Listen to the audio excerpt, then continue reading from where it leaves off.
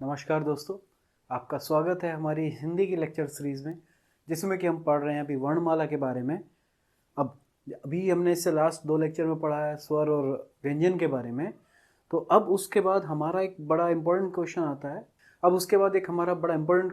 है। और वो क्वेश्चन क्या है, ये एग्जाम में पूछा हुआ है, इसीलिए मैं इसको करा रहा हूँ। और ये मेरे पर्सनली मेरे को भी लगता है कि बड़ा अच्छा क्वेश्चन है।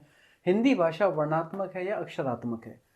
इससे पहले भी मैं इसको कह चुका हूँ। इतिहास वाले आप देखिएगा, हिंदी इतिहास जब हमने बात करी थी तो उसमें मैंने कहा था कि जब आएगा तो मैं इसके बारे में बताऊंगा कि हिंदी वर्णात्मक है या अक्षरात्मक है।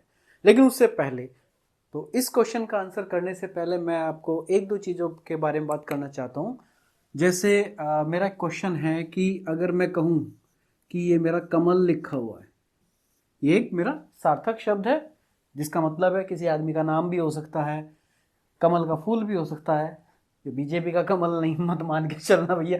कभी यहाँ पे जो है कांग्रेस वाले आए कहने तुमने कमल ही क्यों लिखा, कांग्रेस क्यों नहीं लिखा। तो ये बीजेपी का कमल नहीं है, ये नॉर्मल एक कमल फूल है। आप इसे नाम मान सकते हो। जैसे पंजाब में बहुत सारे लड़कियों का नाम कमल, लड़कों का भी, वहाँ पे लड़के लड़कियों दोनों का ही नाम सेम होता है भैया पंजाब में। तो कमलजीत कौर हो सकता है, कमल कौर हो सकता है, कुछ भी जो आपको ठीक लगे वो फिलहाल मान लीजिए। जो भी मानना है वो मान लीजिए भाई, कौन सा मेरा जोर चल रहा है आपके ऊपर। चलो तो खैर, अब इसकी बात करते हैं। अगर मैं कहूँ आपसे कि ये कमल लिखा हुआ है, अभी तक हमने वर्ण और स्वर की बात करी, और मैं कहता हूँ आप इसको जो है वर्ण के तौर पे आप इसको, क्योंकि हम यहाँ वर्णात्मक और अक्षरात्मक की बात कर रहे हैं, तो आप इसे वर्ण के लेवल पे लिख दीजिए।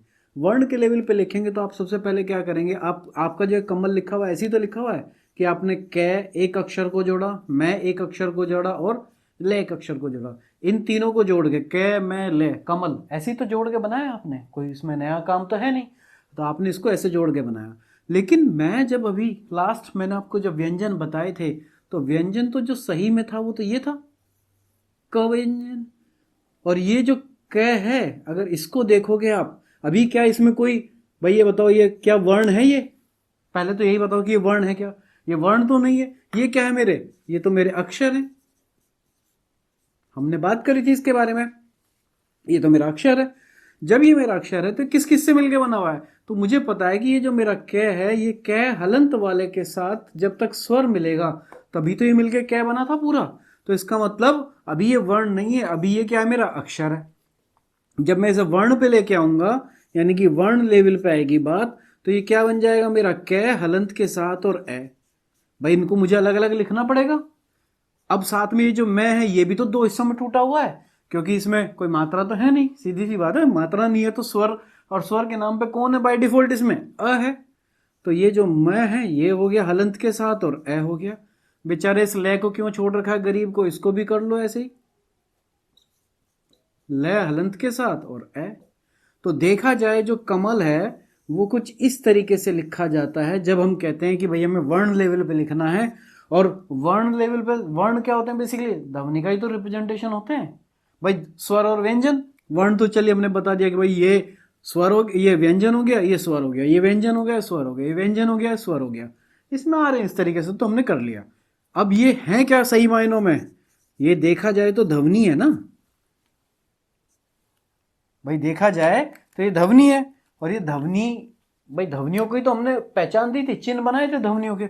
उन ध्वनियों के हमने चिन्ह बनाए, उन चिन्हों को हमने वर्ण बोला, वर्ण से बन गया हमारे अक्षर, और अक्षर से हमारा क्या बना? शब्द। तो हिंदी में जो सबसे छोटी चीज क्या है वो क्या है? एक तरीके से देखा जाए सुनने के लिए तो ध्वनि है, और लिखने के लिए क्या है? वर्ण है, सबसे छोटे रूप पे। तो इन दोनों के बाद ध्वनि या वर्ण, आप जो भी आपको ठीक लगे वो बोल लीजिएगा, आपकी मर्जी है। और इनके जोड़ से हमारे पास क्या आता है? भाई ये हमारा कौन है? व्यंजन। ये कौन है? स्वर। ये दोनों ही तो वर्ण हैं। इन दोनों के वर्ण के जोड़ से जो बना क, ये क्या है? इसको बोलते हैं अक्षर। तो हिंदी में दूसरी चीज हो गई अक्षर। और इन अक्षरों के जोड़ से क्या बना हमारा? इन अक्षरों के जोड़ से एक वर्ण समूह बनता है। वर्ण समूह में एक चीज याद रखिएगा कि वर्ण समूह जो आपका है, इसका कोई निश्चित अर्थ हो या ये कोई गारंटी नहीं है। वर्ण समूह में मैं कुछ भी जोड़ सकता हूं। फॉर एग्जाम्पल मैंने जोड़ दिया, जैसे मैंने ये वर्ण समूह जोड़ दिया, क्या है? देखो जरा पढ़ के बताओ। अज पफ। यार बड़ा अजीब सा है, बोलने में भी बड़ी मुश्किल है। चलो खैर, ये मैंने जोड़ दिया। क्या इसका कोई मतलब निकला है? या आपने किसी का नाम पढ़ा हो ऐसा? आपने अजगर पढ़ा होगा, लेकिन ऐसा तो कोई ना जानवर है ना आदमी है, ऐसा तो कुछ नहीं है। तो वर्ण समूह का कोई निश्चित मतलब निकले ये नहीं है। लेकिन जब वर्ण समूह का एक निश्चित अर्थ निकले तब हम उसे क्या बोलते हैं? तब हम उसे बोलते हैं शब्द। ये चीज आप जरूर याद रखिएगा। तो वर्ण समूह यानी कि इन अक्षरों के समूह को या इन वर्णों के समूह को वर्ण समूह बोला जाता है। लेकिन वो शब्द बनेगा कब? जब उसका एक निश्चित अर्थ हो। अगर उसका निश्चित अर्थ नहीं है तो वो सिर्फ क्या रहेगा? वर्ण समूह रहेगा। और उसका निश्चित अर्थ निकलता है तो वो क्या बन जाएगा? शब्द बन जाएगा। तो पहली चीज जो मैं आपको बताना चाह रहा था, जो मेरा मेन मकसद था, वो क्या था कि भाई आपको किसी भी शब्द को इस तरीके से ब्रेक करना आना चाहिए। जैसे जैसे आप इसको सीखेंगे वैसे वैसे ही आपकी हिंदी बहुत अच्छी होती चली जाएगी। चलिए एक और एग्जाम्पल लेते हैं इसी से ही कवि को, कि कवि कैसे लिखा जाएगा।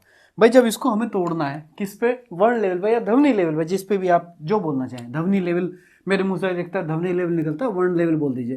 भाई ये कैसे लिखा हुआ है? अगर मैं इसको अक्षर लेवल पे बात करूं कि भैया जब मेरा अक्षर लेवल पे लिखा जाए सबसे पहले, तो अक्षर लेवल पे कैसे लिखा जाएगा? बेसिकली क्या दो अक्षरों का मेल है? किसका? कै का और वी का। वी का भाई यही तो मेल है। अब ये जो कै है मेरे को तो पता है कि ये हलंत वाले कै और ऐसे मिलके बना हुआ है। यहाँ ये वाला तो बड़ा आसान है। ये वी कैसे बना हुआ है भाई मिलके? इसको अगर मैं करने लगूं तो ये वी को देखा जाए तो भाई अगर मैं इस वी को तोड़ूं, कुछ लोग ये भी कर सकते हैं कि ये क्या है बेसिकली? ये है आपकी ई की मात्रा और वै। भाई वै के ऊपर छोटी ई की मात्रा तो है, यही तो है। लेकिन जब मैंने मात्रिक रूप बताए थे, हर एक स्वर का मात्रिक रूप बताया था, तो मैंने कहा था कि छोटी ई की मात्रा इस तरीके, यानी कि यहां पे आपका व्यंजन होगा और इधर से मात्रा आएगी। लेकिन लिखते वक्त ये याद रखिएगा हमेशा कि लिखते वक्त कोई भी मात्रा हो वो मात्रा कभी भी इस तरफ नहीं लिखी जाएगी। इसका मतलब पहली चीज तो मैंने ये गलत करी, तो मात्रा इस तरफ नहीं लिखी जाएगी। किस तरफ लिखी जाएगी? इसका सही स्वरूप होगा कि पहले वो व्यंजन लिखा जाएगा, उसके बाद उसकी मात्रा लिखी जाएगी। ये बात समझ में आई? चलो जी, पहली चीज तो हमने यहां पे क्लियर करी। अब दूसरी चीज कि ये जो वै के साथ मैंने ई लिखा है, मैंने यहां पे हलंत लगाना है या नहीं लगाना है? ये भी तो चीज देखने वाली है। क्योंकि भाई ये जो वै लिखा मैंने, बेसिकली जो ये वी है ये किसका हो गया? वै प्लस ई का संबंध हो गया। और ये कौन से वाली है? छोटी वाली ई। ये छोटी बड़ी को आप समझ लीजिएगा। इसमें कभी भी मतलब ये मत कहिएगा कमेंट करके कि भाई लो मास्टर जी को तो खुद नहीं आता, ई ई ई बोले जा रहे हैं। तो वै और ई का हो गया संबंध, कोई दिक्कत नहीं जी। अब ये जो वै है, अगर मैं इसके हिसाब से चलूं तो वै किस किस का संबंध है? वै हो गया वै हलंत वाले का और ए का और प्लस ई का। क्या ये सही है? नहीं भाई साहब, ये बिल्कुल कोरा कोरा गलत है। गलत क्यों है? क्योंकि मैंने आपको बताया था कि कोई भी व्यंजन है, कोई भी व्यंजन जिसके साथ स्वर लगता है, अगर व्यंजन के साथ कोई स्वर नहीं है, जैसे हम कैसे शुरुआत करते हैं, अगर ये कै है, खाली कै लिखा हुआ है, इसमें कोई मात्रा नहीं है, किसी भी स्वर की मात्रा नहीं है, तो हम ये मान के चलते हैं कि भैया ये इसके साथ बाय डिफॉल्ट एक अस्वर जुड़ा हुआ है। लेकिन अगर इसके साथ कोई मात्रा जुड़ी हुई, जैसे की मात्रा जुड़ गई, इधर से की जुड़ गई, तो इसका मतलब क्या था? मैंने बताया था मात्रिक रूप में कि कै प्लस ये बड़ी ई है। अगर इसकी बात करी जाए तो ये कै प्लस छोटी ई है। इसका मतलब ये नहीं है कि भाई मैं इस कै को इस तरीके, या वी, जैसे हमने यहाँ पे वी लिखा, कि वी को पहले इधर करूं और इधर उसको मात्रा को अलग करूं और उसके बाद इस वै में ए जोड़ के तब मात्रा को करूं। नहीं, हमेशा ही मात्रिक रूप जब भी आएगा तो मात्रिक रूप में एक तो मात्रा बाद में लिखी जाएगी, कोई भी मात्रा हो। जैसे मैंने यहाँ लिखा ये की मात्रा है तो ई बाद में लिखा गया, छोटे ई की मात्रा तो छोटा ई इधर लिखा गया। अगर कोई और मान लीजिए जैसे ये वी था तो इस वी को पहले लिखा जाएगा कैसे? वै प्लस ई, और साथ सॉरी ये छोटा है, और साथ में क्या होगा? ये हलंत लगेगा ही लगेगा। क्योंकि हलंत में अगर स्वर, अगर आप इसको देखो, अब इधर से देखना शुरू करो, इस हलंत को आधे वै को किसका सहारा मिल गया? स्वर का सहारा मिल गया। ये कौन सा स्वर है? ई की मात्रा का। तो जैसे ही ये स्वर मिला तो स्वर मिलते ही इसको क्या कर देगा, पूर्ण बना देगा, यानी कि वी, और साथ में अपना मात्रिक रूप और इसको देगा ही देगा। सिर्फ इसका मात्रिक रूप नहीं होता, बाकी सबका मात्रिक रूप होता है। तो कवि मेरा कैसा लिखा जाएगा, अब ये कै ए तो है, और ये जो वी है, वापिस अपने क्वेश्चन पे आते हैं, ये जो वी है ये कैसे लिखा जाएगा, ये लिखा जाएगा वह हलंत के साथ और छोटी ई की मात्रा। तो जब कवि देखा जाएगा तो कवि को हम कैसे तोड़ेंगे, ऐसे तोड़ेंगे। ये हमें हर एक क्वेश्चन के लिए आना चाहिए। अब सेम ऐसे ही एक क्वेश्चन और देख लेते हैं हम। जैसे मेरे सामने, अभी मैं किसी अखबार का प्रचार नहीं कर रहा हूँ, पर मेरे सामने यहाँ पे दैनिक जागरण पड़ा हुआ है, दैनिक जागरण अखबार लिखा हुआ है, या मेरे घर पे दैनिक जागरण आता है, हो सकता है भाई आपके घर पे अमर उजाला आता हो, टाइम्स ऑफ इंडिया आता हो, या जो भी आपके स्टेट में चल वो आता हो, तो मुझे उससे मतलब नहीं, मैं तो दैनिक मुझे दिखाई दे गया तो इसलिए इस शब्द को मैं लिख रहा हूं। तो अब इसको देखिए कैसे ध्वनि लेवल पे तोड़ा जाएगा। ये देखिए द है, ये तो पहले अक्षर लेवल पे आ जाओ, तो अक्षर लेवल पे क्या हो गया, द। किस किस का संबंध है, नी का और कै का। भाई ये एक अक्षर, दो अक्षर, तीन अक्षर। अब इसको आप वर्ण या ध्वनि लेवल पे बात करो, तो द में किसकी मात्रा है, द पहले तो हलंत के साथ हो गया, और मात्रिक रूप किसका है, दो मात्राएं लगी हुई हैं, इसका मतलब ये आई की मात्रा है। ये चीज तो आपको पता है ना। चलिए, प्लस नी वाला क्या है, नी में न हलंत के साथ और कौन सी मात्रा है, छोटी ई की मात्रा, प्लस कै, कै में कौन है, ना कोई मात्रा, जब कोई मात्रा नहीं है तो इसका मतलब इसमें बाय डिफॉल्ट स्वर ए है। तो ये देखिए ये बनता है आपका दैनिक। यहां तक बात आ गई, ये चीज आपको समझ में आ गई, यानी कि आप अक्षर लेवल पे कैसे लाएंगे। चलिए एक और एग्जांपल लेते हैं, ये मुझे मैं बताना भी चाहता हूं बार बार। अक्षर, चलिए जी अक्षर को ही लेते हैं। अक्षर कैसे टूटेगा भाई, सीधा सा है कि ए, ये कशा है और ये रे, यही तो है, ये अक्षर लेवल पे आ गया। अब अक्षर अक्षर मतलब मैंने अभी अक्षर लिखे हैं यहाँ पे। अब मैं इसको ध्वनि लेवल पे ले जाऊं तो भैया इसकी ध्वनि का तो कोई मतलब नहीं, तो स्वर है, इसको तो ब्रेक कर ही नहीं सकते। ये श को अगर ब्रेक करेंगे तो इसमें बाय डिफॉल्ट ये ऐसे है, तो बाय डिफॉल्ट इसमें क्या है, एक स्वर जुड़ा हुआ है ना। और देखा जाए तो ये क्या संयुक्त व्यंजन है, तो ये संयुक्त व्यंजन किस किस से मिलकर बनता है, कै और श से मिलकर बनता है, ये मुझे पता है। और इधर क्या है मेरा, रे, रे के साथ बाय डिफॉल्ट ए का स्वर है। अब बचा ये तो ठीक है मेरा ए, ये मेरा स्वर, ये हलंत के साथ क्या हो गया, और ये जो श है ये भी तो बाय डिफॉल्ट एक व्यंजन है, ऊष्म व्यंजन है ना ये वाला श। तो ये श के साथ क्या आ जाएगा यहां पर, अब बाय डिफॉल्ट ए, रे, ए। अगर आप अक्षर को देखेंगे तो अक्षर ध्वनि लेवल पे या वर्ण लेवल पे कुछ इस तरीके से लिखा जाएगा, अ क श अ र, अकशर। यहां पे अकशर, वो शर बोला जाता है, ये वाला श जो होता है, तो इसीलिए आपको वो छ की आवाज आती है कि क्षत्रिय वाला श, वो श नीचे जीभ नहीं मोड़नी, ऊपर मोड़नी है, इसमें ध्यान रखिएगा। तो ये क्या हो जाएगा, अक्षर। तो ये अक्षर ऐसे लिखा जाता है। तो ये ध्वनि लेवल पे आपको लिखने आने चाहिए सभी अक्षरों के साथ। इसीलिए मैं कहूंगा मात्रा के साथ और बिना मात्रा के आप इसको तैयार करिए। अब इसी से मेरे को एक क्वेश्चन याद आया कि हम बात कर रहे थे वर्णात्मक अक्षरात्मक की, लेकिन उससे पहले मैं एक और क्वेश्चन आपको बता देता हूं। ये क्वेश्चन भी किसी एग्जाम में आया हुआ है, कुछ इस तरीके का कि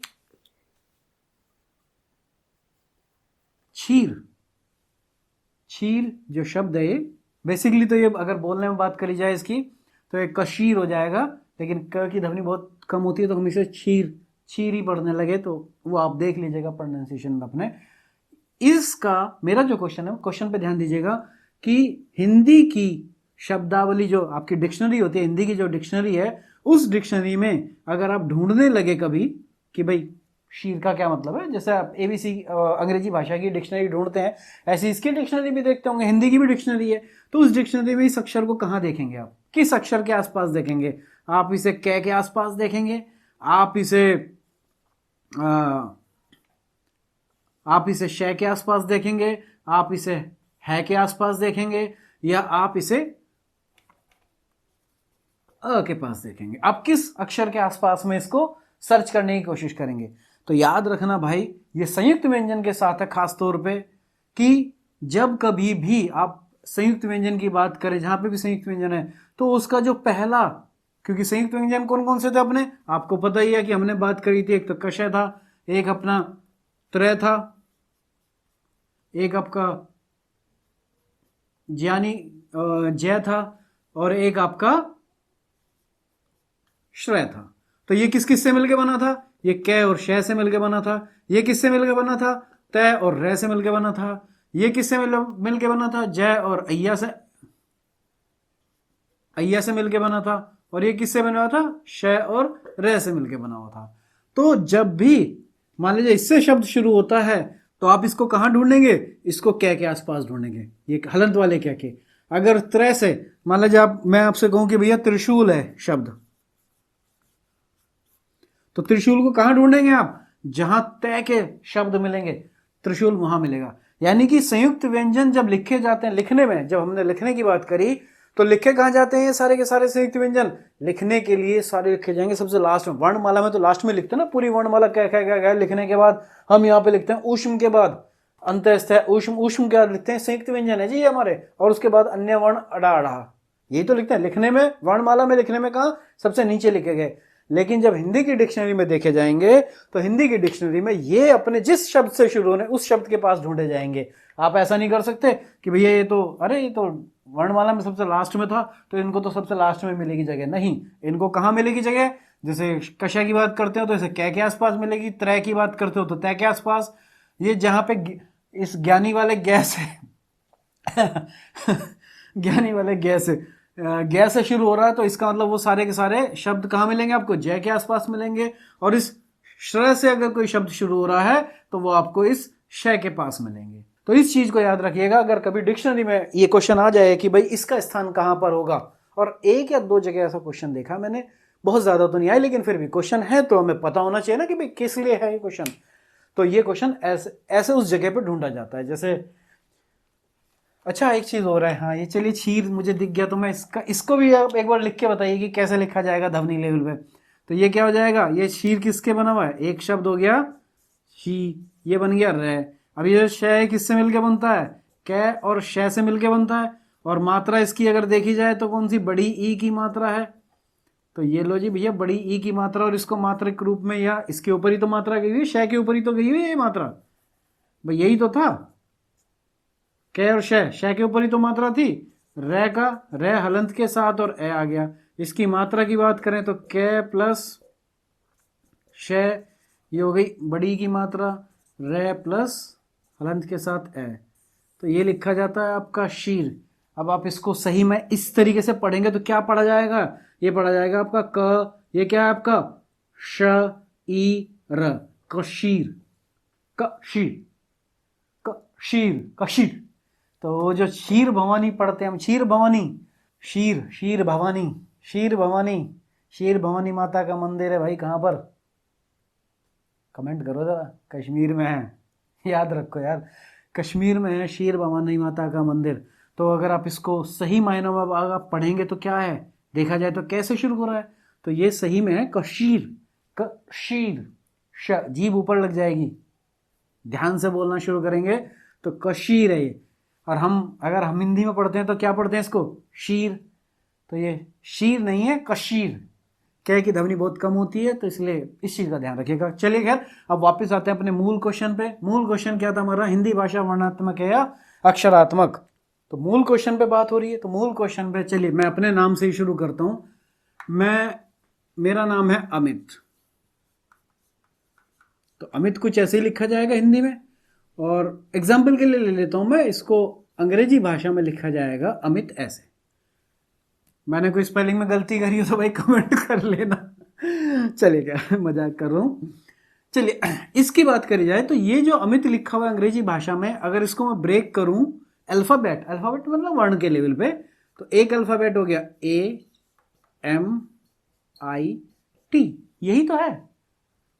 इससे अलग मैं इसको ब्रेक कर सकता हूं क्या, मैं इस ए को ऐसे लिख सकता हूं कि नहीं जी, एक हिस्सा तो ए का ऐसा है, एक डंडा ऐसे है, और प्लस बीच में आपने ऐसे, भाई एक डंडा ये हो गया ए का, एक दूसरा डंडा ये हो गया, और बीच में एक लाइन आपने ऐसे ले ली। या इसको ऐसे लिख सकता हूं, ये लो, या इसको ऐसे लिख सकता हूं कि जी इन दोनों निशानों को ऐसा करके बनाया हुआ नहीं है ना, ये तो क्या फालतू बकवास की बात है, इससे ज़्यादा तो मैं कर नहीं सकता। तो इसका मतलब ये जो अंग्रेजी भाषा है ये क्या है, आपके अंग्रेजी भाषा के अल्फ़ाबेट है, तो यानी कि ये वर्ण है। तो इसका मतलब जो अंग्रेजी भाषा है आपकी इंग्लिश जो है वो देखा जाए तो एक तरीके से वर्णात्मक है। अब हिंदी की बात आई कि भाई हिंदी वर्णात्मक है अक्षरात्मक है। अंग्रेजी का तो मुझे पता लग गया, आजकल भारत वाले अंग्रेजी के पीछे भाग रहे हैं ना, तो इसलिए भाई अंग्रेजी भाषा का बताना ज़रूरी होता है। अब हिंदी की बात करते हैं। हिंदी में जो है अगर मैं इसको ब्रेक करूं, ठीक है, इसको अगर मैं ब्रेक करता हूं तो पहले तो मुझे इसका अक्षर पे बताओ, ऐसे ही तो करोगे आप इसको, यही तो है अमित भाई, अक्षर पे तो यही बात है ना कि अक्षर है ये, कौन कौन से अक्षर मिला के बना, अ मी त, ये मिलके अब मेरा अक्षर बना। अब मैं इसको वर्ण की बात करूं तो वर्ण पे जब बात होती है तो मैं इसको क्या हो गया, ये मेरा स्वर हो गया, ये मैं पे कौन सी मात्रा है, छोटे ई की, तय तय के साथ कौन सा स्वर है, ए का, यही तो होगा अमित, ये वर्ण या ध्वनि लेवल पे हो गया। अब डिफरेंस देखना, वर्ण से सीधे क्या बना आपका, शब्द बना, वर्णों के समूह से आपका क्या बन गया, शब्द बन गया। और यहां हमारे तो ये सारे वर्ण हैं, इन वर्ण को मिला के जो सबसे पहली चीज भाई इन वर्ण को मिला के तो सीधे क्या बनता है, वर्णों का समूह, यानी कि एक शब्द बनता है। और इन वर्णों को मिला के क्या बनता है, अगर ये दोनों मेरे वर्ण हैं, इन दोनों को वर्ण को मिला के मेरा क्या बनता है, अक्षर बनता है। क्या डायरेक्ट मेरा शब्द बन सकता है, नहीं बन सकता ना भाई, वर्ण है, वर्ण से मेरा कहां पहुंचा, मैं डायरेक्ट क्या शब्द पे पहुंचूं, नहीं, शब्द पे तो मैं किस में, अंग्रेजी भाषा में पहुंचता हूं, तो शब्द कहां है, सीधे अंग्रेजी में। लेकिन वर्ण से बीच में मैंने क्या लिया, यहां पे एक अक्षर लिया, अक्षर लिया नहीं लिया, तो मेरा जो शब्द बनता है हिंदी भाषा में वो अक्षरों के समूह से बनता है। मेरा जो शब्द बनता है हिंदी में वो किससे बनता है, अक्षरों को मिला के बनता है। इसीलिए हिंदी को क्या कहा जाता है, अक्षरात्मक कहा जाता है। तो क्वेश्चन का आंसर तो बहुत छोटा सा था अगर आप समझना चाहते हो, बाकी तो मैंने आपको ब्रेक करने के हिसाब से बताया है कि ब्रेक कैसे आना चाहिए, मतलब ये स्टूडेंट को आना चाहिए कि किसी भी शब्द को आप कैसे ब्रेक करते हैं। अमित एक शब्द है, इधर अमित एक शब्द है, इसको ब्रेक करा तो अक्षर पे आया, अक्षर से ये वर्ण या ध्वनि पे आया। ये जो वर्ण और ध्वनि है यहाँ पे अंग्रेजी भाषा में देखी जाए तो सीधे आपको जोड़ करके क्या देती है, शब्द देती है, लेकिन यहाँ पर जो वर्ण या ध्वनि है वो मिला के आपको क्या देती है, अक्षर देती हैं। और उन अक्षरों के समूह से आप वापस कहाँ पहुंचते हैं, या उसको वर्ण समूह भी बोल देते हैं बहुत बार हम, तो उससे आप सार्थक शब्द पे पहुंचेंगे, तब वो शब्द की बात है। यहाँ पे निरर्थक शब्द की बात नहीं कर रहा हूं मैं, शब्द मतलब सार्थक शब्द से है मेरा यहाँ पे हमेशा ही, तो ये तब जाके बनता है। तो इसीलिए हिंदी को वर्णात्मक भाषा नहीं कहा जाता, क्योंकि ये डायरेक्ट वर्ण पे काम नहीं करती, वर्ण के बीच में यहाँ पे एक अक्षर भी आता है। तो हिंदी भाषा के जो शब्द हैं वो किससे मिलके बनते हैं, अक्षर से, इसीलिए हिंदी भाषा को क्या कहा जाता है, अक्षरात्मक कहा जाता है। चलिए, तो हम आज के बारे में सिर्फ इतना ही पढ़ना चाह रहे थे। तो नेक्स्ट लेक्चर में हम मिलते हैं आपको अपने वर्गीकरण के साथ, जिसमें हम हिंदी के स्वर और व्यंजनों का वर्गीकरण देखेंगे आने वाले लेक्चर्स में। तब तक के लिए आप अपना ध्यान रखिए। हमारा लेक्चर देखने के लिए बहुत बहुत धन्यवाद। नमस्कार, मिलते हैं अगले लेक्चर में।